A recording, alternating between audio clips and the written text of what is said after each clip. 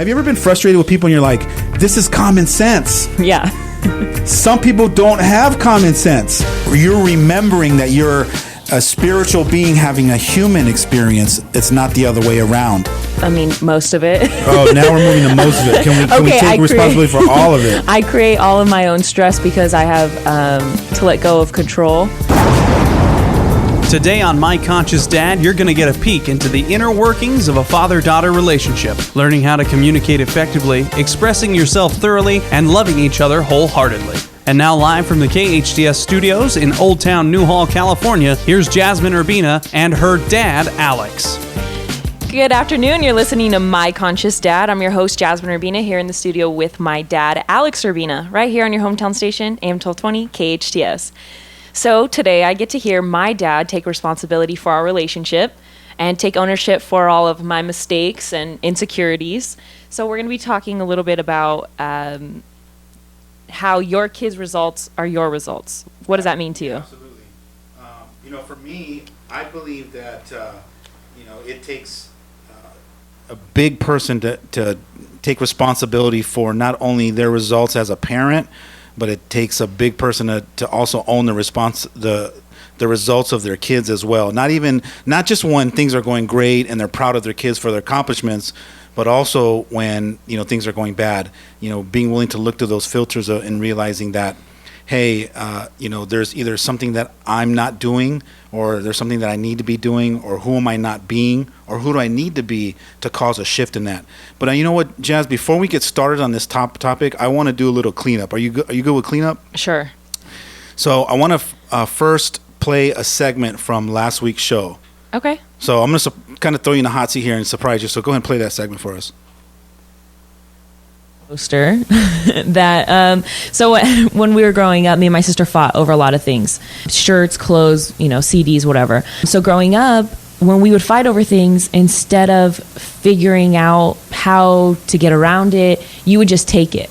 So you would take our poster, or you would take our clothes, or you would just throw it away, and all of a sudden her and I didn't have it anymore. And I'm getting emotional because I remember we could have just avoided it by not fighting, but how many times was that going to happen before you realized, or mom realized, that wasn't the right tactic for us? Absolutely. And first off, I want to start off by apologizing and saying that I'm so sorry that you experienced that. And then if I tore it up in front of you, how traumatizing is that?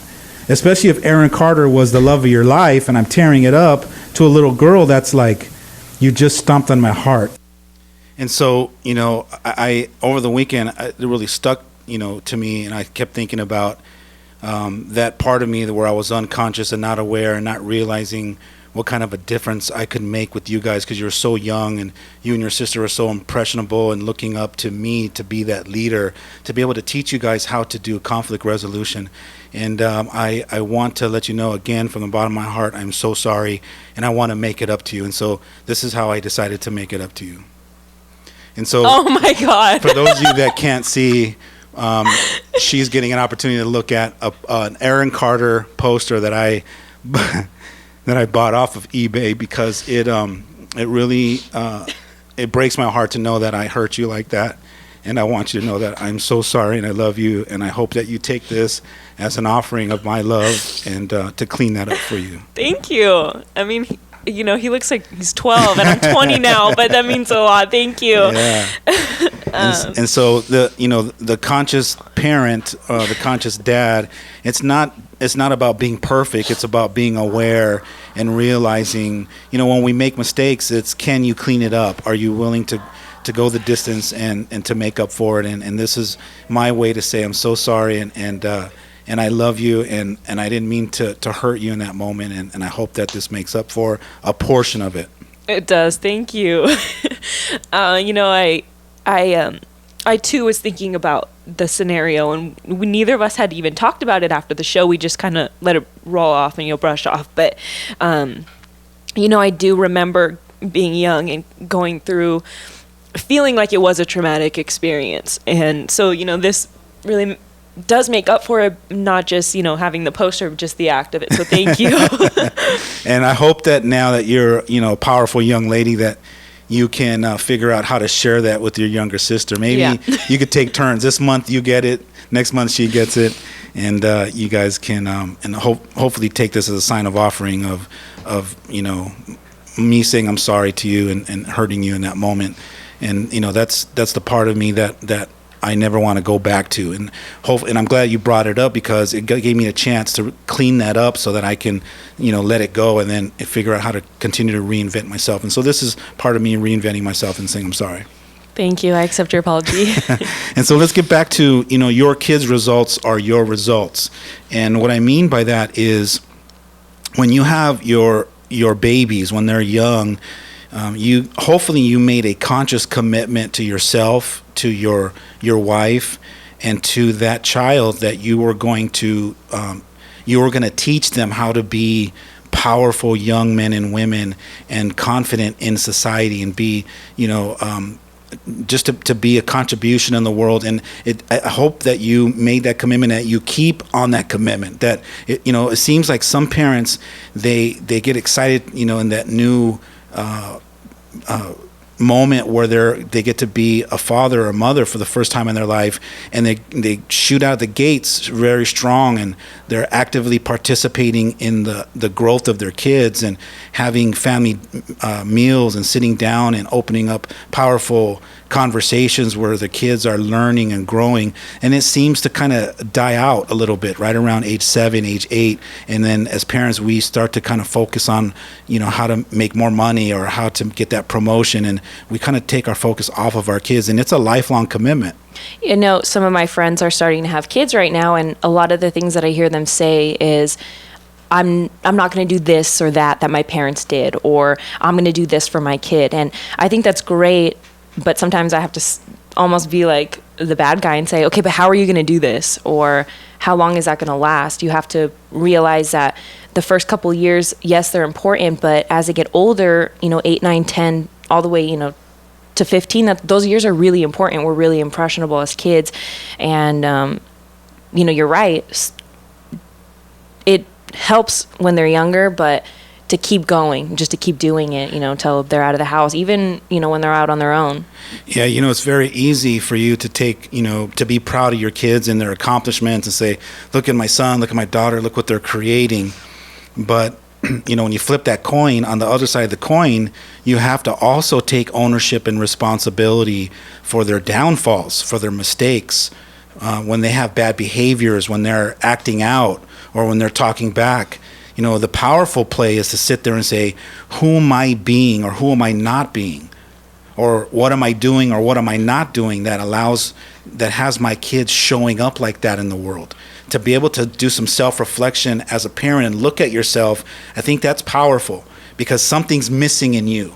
Either you're not connecting with your kids or creating the safe space for them to come in to share with you, or if you've lost that position where you're kind of like their influence, or if you don't have their ear anymore, where you're able to put these powerful seeds in their head to have them to continue to grow, something's missing there. You have to be able to do that kind of self-reflection and figure out who you need to be to cause a shift in that. Yeah, and I think a lot of parents might be listening, and they're probably not identifying with what we're saying, because they think that their kids are old enough to know better, or they taught them better than that, or where do you think those beliefs come from, or what do you think parents can do to avoid that idea? I think that unconsciously we as parents separate ourselves from our kids when they start to push back. So let's say they're 12 or 13 years old, when they start to have a voice of their own, and they start to say, no, mom, or sorry, dad, I'm not going to do that. When they start to kind of fall away from being influenced by you, it seems like all of a sudden now the dad or the mom says, okay, now you're your own independent person. They separate it. That's right. Now you're your own independent person. Well, great. Well, now it's going to be a battle between you and me. Now, every time you say no, I'm going to say yes, and now we're just going to keep fighting back and forth to try to fight to get to who's right and who's wrong. And I think that separation isn't a natural thing. It's something that we've learned to do as time, has evolved. And instead of separating yourself and saying, well, my daughter is acting like this, or my son's acting like this. And I get this quite often, especially with parents when I'm doing these workshops or these speaking engagements. First person, guy's raising his hand. I'm like, yes, sir. What would you like to talk about? And right off the bat, he starts venting in his frustration about how his daughter's not listening anymore. Now, if for any little moment that I start to hint to the possibility that she's showing up like that because it's a byproduct of his parenting, he doesn't want to hear nothing like that. He wants me to say, yeah, it's her fault, she's wrong, and give him some kind of solution, rather than pointing out the possibility that he has to start taking responsibility for that she's showing up like that because of his parenting. I find it very strange that parents believe that it's like, well, under my watch, up until they were 13 years old, they were this perfect kid. Now all of a sudden they're being influenced by other people and they're going astray. No, they're going astray because somewhere between the last 3 or 4 years, you have really lost the ability to reinvent yourself, to keep hooking them and keep being that power of influence for them. It's funny that this is exactly what I get frustrated about. My siblings and I, we talk about it all the time, and I've probably said this before in the air, but I hate it when parents say, I raised my kid better than that, or I raised you better than that, because no, you didn't. Based on results, right? Yes, and that's how I know, because I'm seeing your kid this way, or I'm seeing myself this way. So you've never said that to me, because if you did, I'd probably react. Yeah, you'd call me on that one. Yeah, but you know what I would do? I would say, I would like to believe that I raised you better, but obviously I haven't, because you're making these kinds of choices. Right, and that's the responsible version. But I hear, my friends' parents, or even parents on TV, movies or whatever, they'll say, I raised you better than that, and that's a statement I will fight for. Yeah, because it's a victim statement. It's like, I'm powerless, and it's almost like I want to live in the illusion that I taught you better than this, that I've taught you morals, and I've taught you about values, and we've talked about this for years, and it's been part of our upbringing. You probably want to believe that, but based on results, it probably didn't land the way that you expected it to land. Your results are your kids, the way that they're showing up in the world. You got powerful, confident, loving, compassionate kids that are out in the world being a contribution and helping and growing and challenging themselves and taking risks. Then you can say, all right, great. I worked really hard at that, and I own it. But you also got to own when they're floundering and they're making choices that are taking them down the wrong path. You got to own that too. That's the part of being that responsible parent. That's where the power is taking ownership of all of it, not just some of it, but all of it. Right. Going back a little, I like how you said it's an illusion, because that just kind of shows how much you're not paying attention to your kid.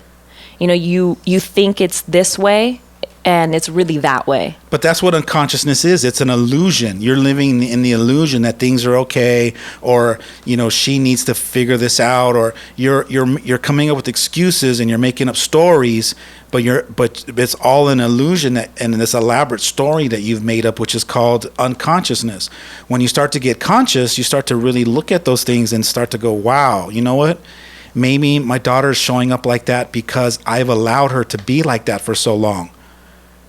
Just maybe there's a possibility that I've been enabling her, and I haven't been calling her out on stuff, or I've been overlooking when she's been cussing a little bit, and I haven't been interjecting, or I haven't been intervening in that. And so no wonder why she has a potty mouth now. Maybe now, you have to really be willing to look at yourself and say, where did I drop the ball? Those are the parents that I am so proud of, and the courageous parent that's willing to look at themselves and say, where did I go wrong here? Not from a beat up mode, because I also have parents that beat themselves up and go, oh my God, where did I go wrong? And they swim around in that. And I'm like, okay, let's swim. That's not healthy either. That's not healthy. It's okay to swim there for a few hours, but now let's move past that and let's get proactive and start figuring out how to start finding some of the solutions. I'm still kind of not stuck, but I'm still kind of thinking about the parents who probably aren't identifying with this, or aren't really ready to take responsibility. So if you're listening right now, I kind of created this scenario for you. So it's actually required by law for parents to take responsibility for their children, right? So paying curfew tickets, or if your kid's arrested for gang-related crimes, you have to take parenting classes. There's certain laws requiring it. So what's the difference between morally being responsible for your kids and legally being responsible for your kids? I think legally, the law is holding you accountable. Morally, it's I'm choosing to take accountability. So before you punish me with these classes, I'm being proactive before it happens. I'm noticing some trends. I'm going to start taking classes beforehand. Right. So for the parents who will take responsibility legally, they'll pay the curfew ticket or they'll go take the parenting classes. What's the difference than taking responsibility for your kids making that mistake in the first place? Because you're being proactive and you're telling yourself there's more work that I need to do as a parent. I need to keep growing. I need to keep figuring out how to reinvent myself because my kid is smarter than I am. In case you haven't figured it out, today's kids are way smarter than their parents. They're outsmarting them in every way possible. So as a parent, it's not good enough just to think that you know more or you know better. It's about figuring out how to keep growing and keep learning. Look, this is what happens when you're a parent. You have a baby. You have probably 18 or 25 years experience on a newborn baby. How hard is it to parent a newborn baby? You feed them, you give them love, you nurture them, you take care of them, make sure that they're warm and that their diaper needs to be changed and all that good stuff. And then how hard is it to take care of a 3-year-old or a 5-year-old or a 7-year-old? All you're doing is intervening, saying, no, don't do that. Let's do this, right? But where you really need to reinvent yourself is when they hit 6, age 9, age 12. If you haven't already been proactive and growing and actually taking a conscious choice to learn how to be a better parent and continue to go down that path of personal development and growth, you're going to be stuck and you're going to be one of the ones that reach out to me, calling me, going, I need help.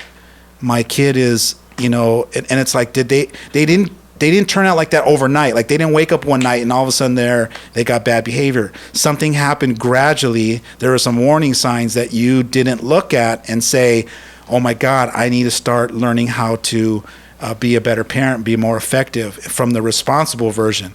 And so what happens is, parents wake up one day and they realize, wow, I let this go too far.